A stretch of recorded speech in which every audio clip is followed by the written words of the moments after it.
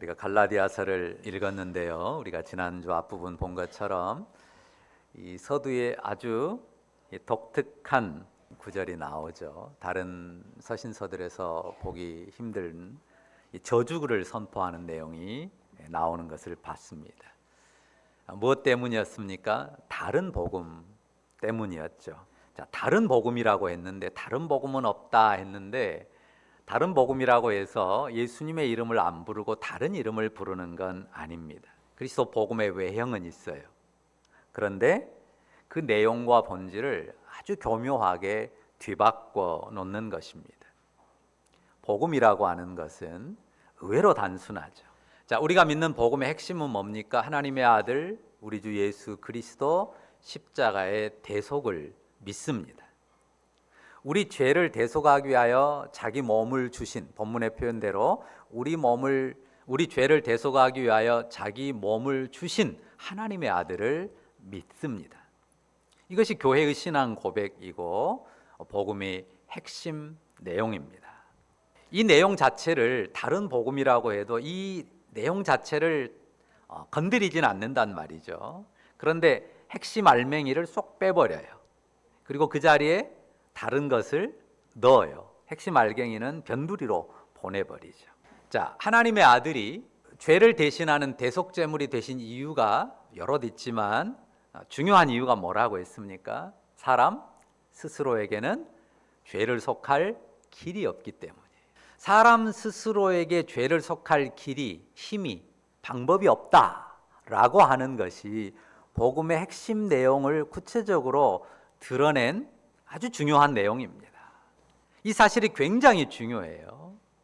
그런데 이 본질을 흐리고 뭔가 다른 것을 이렇게 밀어넣는단 말이에요. 뭘 밀어넣습니까? 이 중심 내용을 쏙 빼고 거기에 사람을 밀어넣기도 합니다.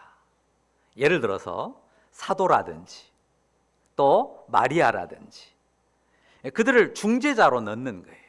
예를 들어 어떤 동네 가면요, 우리나라 동네들 말하는 건 아니고요, 지구촌 가운데 어떤 동네들 가면 이 예배당들 안에 이 성상들이 있어요. 그리고 그 성상들은 성인들의 형상을 만들어 놓은 겁니다. 그리고 예배당 안에요, 지하라든지 어느 한쪽 건물에 이 성인들의 시신, 또 유골, 이런 것들을 모셔다 놔요. 그리고 어떤 일이 벌어집니까? 거기 가서 키스만 해도 괜찮은데 절도 하고 손 대고 복을 빌면서 기도를 합니다.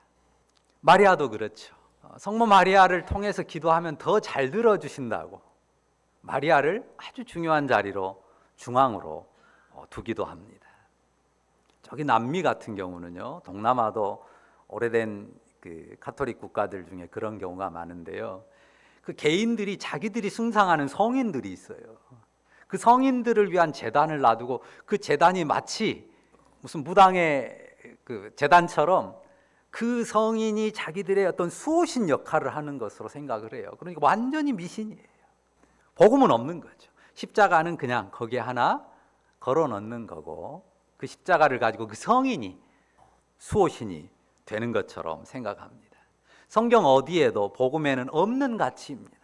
사람을 밀어넣기도 하고 또 어떤 장소를 그 핵심 카테고리 속에 넣어두기도 합니다. 소위 그 성지의 어떤 장소들에 특별한 은혜가 새겨져 있으니까 그런 곳에 가서 요단강이라든지 베들레헴이라든지 예루살렘 어느 곳, 물론 가보면 좋죠. 갈릴리 호수에서 이렇게 배를 타고 이렇게 노래도 하면서 이렇게 주변을 둘러보면 참 좋습니다. 특별한 감동이 있을 수 있어요. 예수님께서 저 산등성이 저 들판에서 떡을 떼셨겠구나, 사람 제자들과 함께 걸었겠구나, 감동이 있어요. 그런데 그런 장소에 가야만 어떤 특별한 은혜를 받는 게 아니란 말이죠.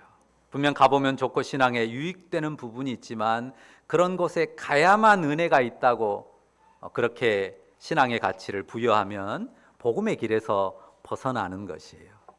여러분이 성지에 한 번도 안 가보셔도 아무 문제 없습니다. 사람을 밀어넣기도 하고 또 어떤 장소를 밀어넣기도 하지만 또 사람들이 가장 많이 밀어넣는 게 뭐냐면요, 사람의 행위, 그리고 그 사람이 행한 어떤 공로를 그 핵심 자리로 자꾸 밀어넣는 경우가 있어요. 이게 가장 일반적인 복음을 변질시키는 경우입니다. 물론 사람의 행위는 매우 중요합니다. 행위를 무가치하다고 폄하해서는 안 됩니다. 우리가 아까 복음에 따른 핵심 내용을 확인했잖아요. 왜 하나님의 아들이 자기를 대속제물로 내줄 수밖에 없어요? 인간 스스로는 죄를 속하고 구원받을 힘도 길도 방법도 없단 말입니다. 그래서 하나님 아들이 대속제물이 되어 주신 거죠. 이 핵심 가치를 비켜가서는 안 된다는 거죠. 사람의 선행이 중요합니다. 그러나 분명한 원리는 뭡니까? 사람의 어떤 선행이라도, 어떤 귀한 선행이라도 그것이 구원의 근거, 구원의 길이 될 수는 없다는 거예요. 하나님 아들 대속의 공로를 뒤바꿀 수는 없다는 사실입니다. 그러니까 사람이 대단한 선행을 할 수 있어요. 어떤 공로를 세울 수 있죠. 그렇지만 그 어떤 것도 하나님 앞에서 정해진 인생의 그 운명, 죄와 사망의 운명을 덮을 수 있을 만큼의 공로가 되는 인간의 선행은 없다는 것입니다. 이것을 분명히 기억해야 돼요. 자, 다시 한번 고백해 볼까요? 주 예수님, 내가 주님을 믿습니다. 주님, 당신이 나의 구원입니다. 주님, 십자가와 부활의 공로 외에는 제가 의지할 것이 하나도 없습니다. 이 시간 우리가 함께 고백한 이 고백이 늘 우리 영혼을 채워야 되는 믿음의 고백입니다. 제가 질문을 하나 하겠습니다.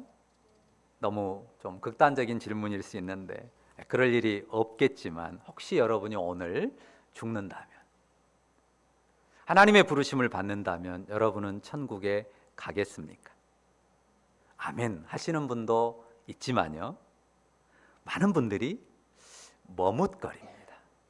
아멘 하고 확신 있게 대답하기가 쉽지 않아요. 왜죠?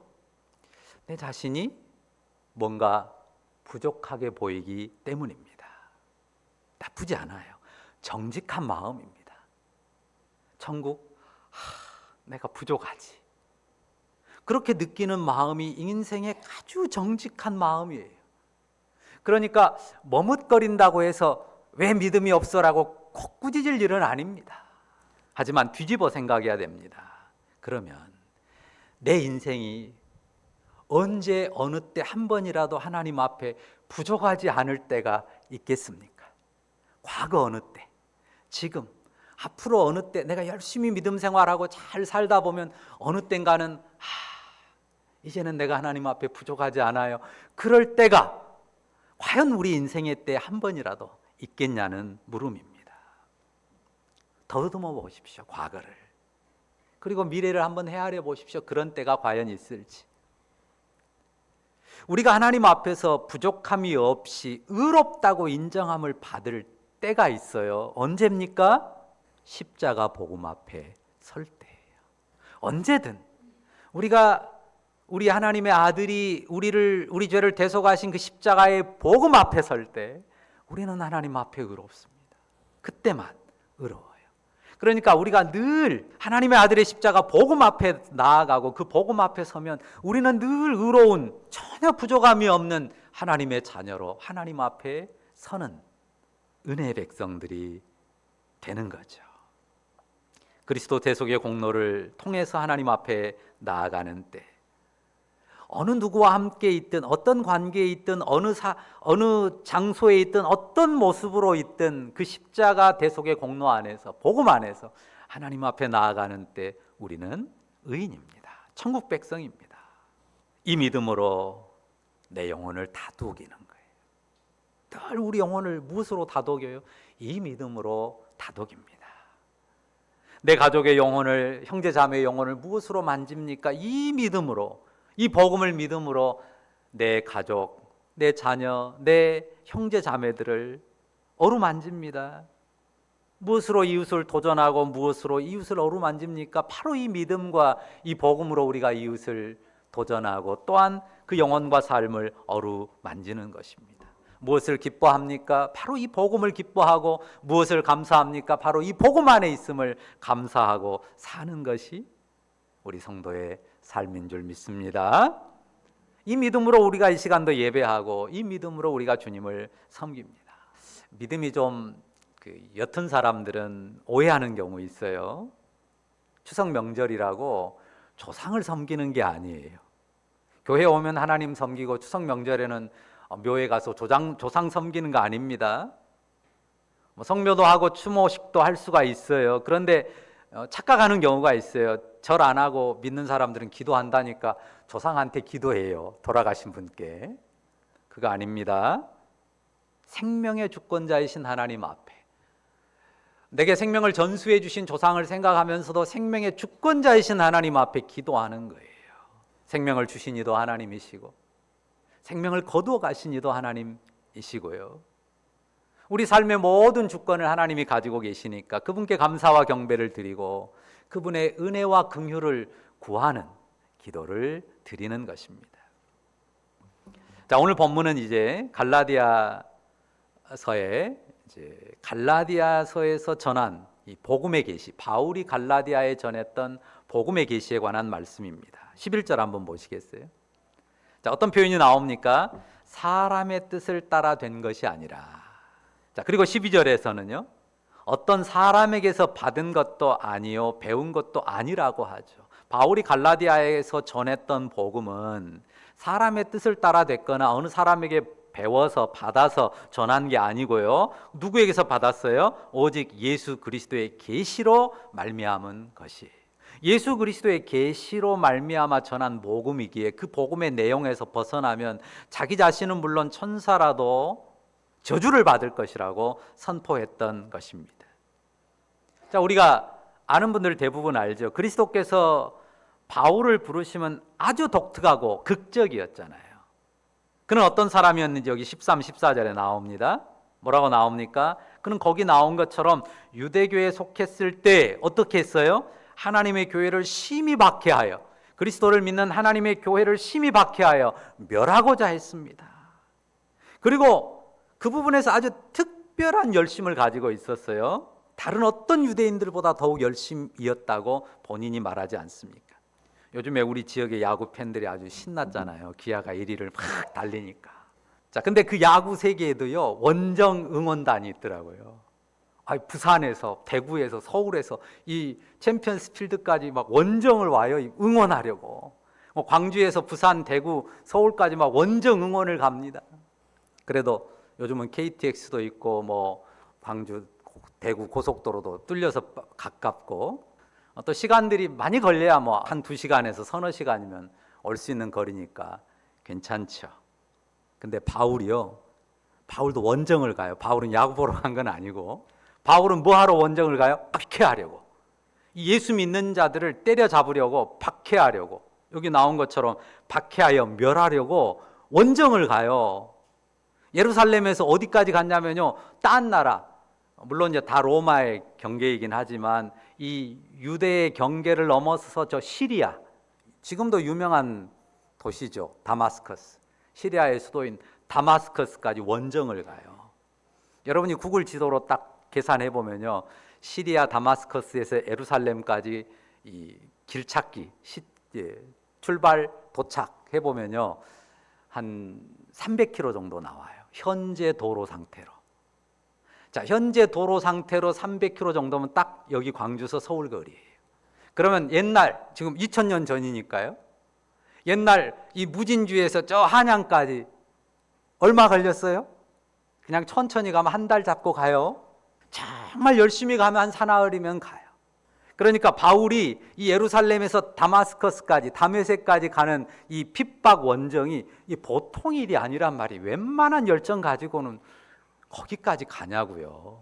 고속도로로 그냥 몇 시간 달려가는 거리도 아니고 열심히 가야 며칠을, 쉬지 않고 가야 며칠 가야 갈 수 있는 그런 거리를 예수 믿는 사람들 잡아 족치겠다고, 죽이겠다고 그렇게 나서서 갔단 말입니다. 왜냐하면 그 유대인 공동체에서 이 다메섹이 굉장히 중요한 역할을 하고 있기 때문에 그곳 회당에 혹시라도 예수 믿는 사람들이 들어와 가지고 유대교 신앙을 회파할까 봐 그런 거예요. 자, 그런데 원정 핍박의 그 목표 성읍인 다메섹에 거의 다 다가가 가지고 아주 놀라운 일을 경험하게 되죠. 갑자기 하늘에서 찬란한 빛이 임하고 바울의 눈이 멀어버렸어요. 그리고 하늘에서 소리가 들려서 바울아, 왜 네가 나를 박해하느냐 묻는단 말이죠. 누구세요? 눈도 보이지 않지만 고개를 들어서 물었는데 네가 박해하는 예수라.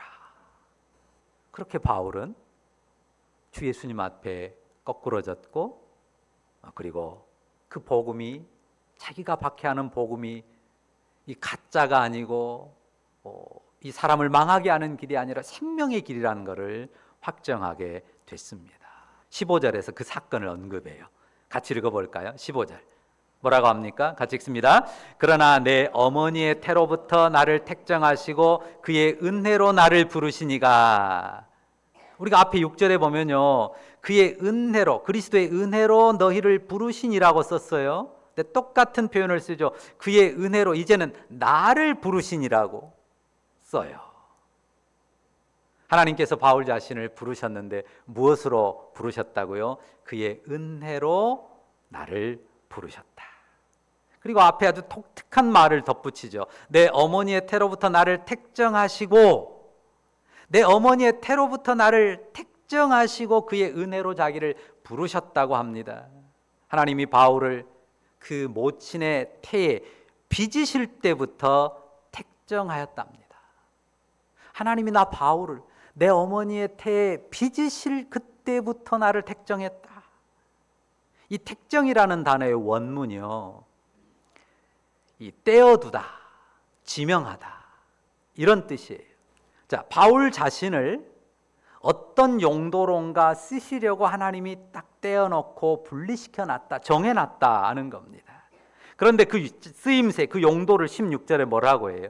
여기도 한번 같이 읽어볼까요? 16절 같이 읽습니다. 그의 아들을 이방에 전하기 위하여 그를 내 속에 나타내시기를 기뻐하셨을 때에, 그의 아들을 이방에 전하기 위하여 그를 내 속에 나타내시기를 기뻐하셨다고 말하죠. 하나님께서 당신의 아들 그리스도를 이방에 전하려고 바울을 그렇게 아주 특별하게 택정하셨고 특별한 삶으로 이끄셨고, 그리고 때가 되매 그를 불렀다는 거예요. 그 영혼에 예수 그리스도를 나타내 주셨다고 하는 것입니다. 하나님이 어머니 태로부터 나를 택정하셨다는 것을 주님이 직접 들려준 음성의 말씀 계실 수도 있어요. 어떻든 간에 바울의 영혼에 이 확신을 가졌습니다. 생각해 보십시오. 하나님의 이 택정이 없었다면 주님이 바울을 어떻게 대해야 맞아요? 내 교회를, 내 교회의 백성들을 박해하여 박멸하려고 하는 이 바울 같은 이 못된 대적을 어떻게 해야 맞아요? 진노하시고 무시무시한 재앙을 내려야 맞잖아요. 근데 하나님이 이런 길로 가도록 바울을 이끄셨고 섭리하셨고, 그 길의 끝에서 예수님을 만나서 이방인들에게 더 강력한 복음 증거자가 되게 하려고 내가 엄마 뱃속에서 빚어질 때부터 하나님이 나를 그렇게 구별한 거야. 이게 바울의 영혼에 주님이 주신 말씀이자 확신이었습니다. 그러니까 하나님이 자기를 은혜로 부른 게 아니라면 그런 죄악으로 교회를 대적한, 하나님을 대적한 나 같은 게 어떻게 복음의 증인이 될 수 있겠느냐 하는 그런 이해가 들어 있는 것입니다. 그러나 내 어머니의 태로부터 나를 택정하시고 그의 은혜로 나를 부르시니가, 그의 아들을 이방에 전하기 위하여 그를 내 속에 나타내기를 기뻐하셨다라고 바울 자신의 영혼에 새겨진 그 확신을 선포하는 것입니다. 오늘 설교 제목 뭐라고 붙였나요? 택정, 은혜로. 혹시 이 제목이 여러분 마음에 따뜻하게 다가옵니까? 뭔가 이렇게 확 다가오는 게 있습니까? 아니면 바울은 그렇구나, 그랬구나 하는 그런 정도입니까? 대개는요, 그의 은혜로 나를 부르시니, 이 믿음은 같습니다. 그의 은혜로 나를 부르셨고, 그분이 갈라디아 교인들도 부르셨고 바울도 부르셨어요. 그 은혜로 역시 나를 부르셨어요. 그 믿음은 다 가져요. 그런데 내 어머니의 태로부터 나를 택정하심은 어떻습니까? 하나님이 내 어머니의 태로부터 나를 택정하셨어. 이 분명한 확신이 나는 있어, 알겠어, 이런 분들이 있어요? 쉽지 않아요. 하나님께서 여러분, 남 말고요, 여러분 자신은 무엇을 위해 택정하셨을까요? 무엇을 위해 분리, separate 혹은 set apart, 따로 놓으셨을까요? 아이고, 뭐 나 같은 사람에게 무슨 특별히 따로 지명할 게 뭐가 있어? 이렇게 생각하는 사람들이 꽤 있어요. 뭐 나 같은 사람에게 하나님 뭐 특별히 지명하고 따로 택정할 게 뭐가 있겠어? 혹시 이렇게 생각하진 않으십니까? 그런데요, 만약에 바울 사도가 또 이 성경에서 이 택정이라는 단어를 바울 자신이나 또 혹은 12사도나 아니면 특별히 교회의 특별한 일꾼들에게만 택정이라는 단어를 썼다면 뭐 나는 뭐 예외일 수 있지, 나는 아니야, 할 수 있어요. 그런데 이 신약 성경에서요, 바울 사도를 통해서 이 택정이라는 단어를 쓸 때 모든 성도를 구원으로 부르신 것에 대해서 이 택정이라는 단어를 똑같이 쓴단 말이에요. 그러니까요, 여러분은 예외라고 생각하시면 안 됩니다. 사실 그런 생각을 잘 못하는 이유가 뭐냐면 내 삶이 너무 구겨져 있어요. 안 그러신가요? 그렇게 생각하기에는 내 삶이 너무 많이 구겨져 있어요. 내 삶이 너무 힘들고 벅차고 초라합니다. 때로 서글프고 늘 마음 눌린 채 살아가는 것 같아요. 그래서 여백이 없어요. 하나님의 택정 같은 것을 내 삶에 써놓을 여백이 없다고요. 내 삶 어디에다가 그래, 하나님이 너를 이 일을 위해 택정하셨어 라고 써놓을 여백이 어디가 있어요? 없어요. 다른 사람들 앞에 뭐라고 내놓기도 부끄러운 내 삶, 내 집안, 좀 심하게 말하면 꼬락서니 그런단 말이죠. 어떤 아이가 있었어요. 어렸을 때 삶이 참 어두웠어요. 우리 옛날 시대에 그 집안에서, 가정에서의 삶이 어두웠다 하면 되게 누가 떠올라요? 어떤 분 때문에? 아버지. 그 아버지가 뭐 기역자 들어가는 망난이었어요. 술만 먹으면 저거 때려 부수고 던지고, 되게 때려 부수고 던지는 사람 그걸로 끝납니까? 뭘로 이어지죠? 구타로 이어지잖아요. 누구를? 힘없는 마누라. 애 입장에서 볼 땐 우리 엄마. 털게 부수고 던지고 엄마 때리는 그 아빠. 그 아래서 사는 아이. 어떨까요? 두려움에 떨면서 자랐습니다. 이 아이에게 꿈이 있었어요. 그분이 직접 하는 말을 들었어요. 제겐 꿈이 있었어요. 무슨 꿈이었을까요? 아버지 죽이고 엄마랑 도망가는 게 꿈이었어요. 그게 그 아이의 꿈이었어요. 그 엄마는요, 교회를 다녔어요. 얘도 따라갔을 거 아니에요. 교회에서 하나님에 대해서 배워요. 생각해 보세요. 얘가 하늘에 대고 뭐라고 물었을까요? 왜요? 왜요? 왜 우리 집은 이래야 돼요? 우리 엄마는 왜 이렇게 살아야 돼요? 그 어린아이가 하나님 앞에 그렇게 따져 묻지 않았겠어요? 무슨 하나님 앞에 여기 나온 택정이라는 단어를 써놓을 여백이 있겠어요? 그런데요, 그 어둡고 서글픈 삶에 그래도 은혜가 임했나 봐요. 엄마가 정말 간절히 기도하면서 아빠한테 사정해가지고 아빠가 교회를 어느 날 갔는데요, 은혜가 임했어요.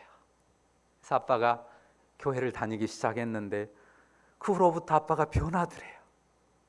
술도 끊고 성실한 삶을 살고 삶이 변하더래요. 그러니까 이 아이의 마음에요, 교회 다니면, 예수님을 믿으면 우리 아빠같이 저렇게 정말 죽이고 싶은, 힘이 없어서 참고 있을 뿐이 정말 죽이고만 싶었던 저런 아빠도 바꿔놓는구나. 그래서 꿈이 바뀌었어요.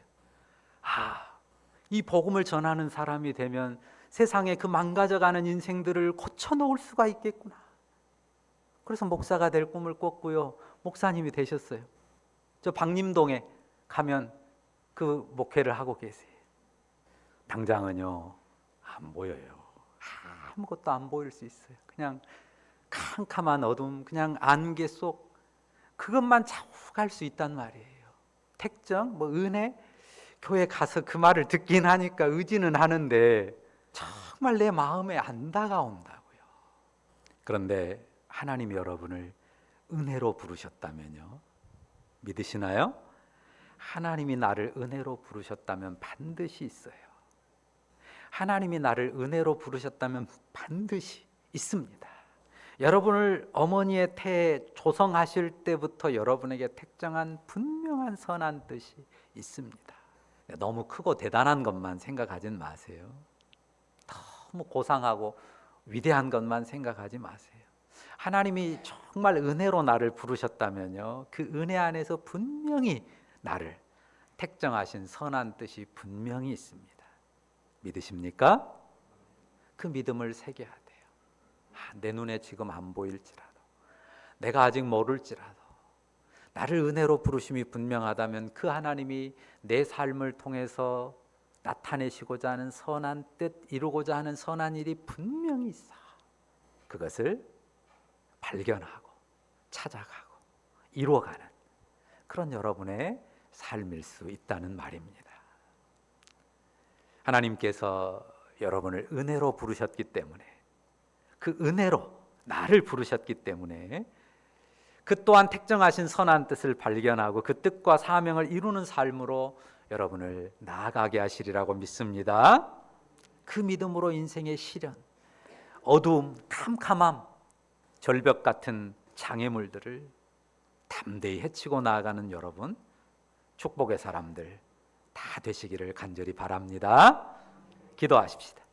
거룩하신 주님, 감사합니다. 내 생명, 내 삶 우리 주님 앞에 내려놓습니다. 너무 구겨지고 초라하고 보잘것없어서 하나님 은혜 의지하고 주님 은혜로 날 구원하심 감사하고 그 은혜 믿지만 무슨 선한 뜻을 가지고 나를 택정하셨을까 회의할 수밖에 없었습니다. 여전히 어둡고 희미하고 캄캄한 우리 삶입니다. 그렇지만 믿겠습니다. 믿음을 굳게 부여잡고 가겠습니다. 나를 은혜로 부르심이 분명할진데 또한 모태로부터 나를 택정하신 선한 뜻 분명히 내 삶 가운데 있는 줄을 믿고 삶의 어둠과 고난과 온갖 고초에 맞서서 담대히 믿음의 삶 꾸려 나가겠습니다. 주님, 제 마음 붙잡아 주시고 우리 마음 붙잡아 주시고 도우시고 이끌어 주옵소서. 예수님의 이름으로 기도합니다. 아멘.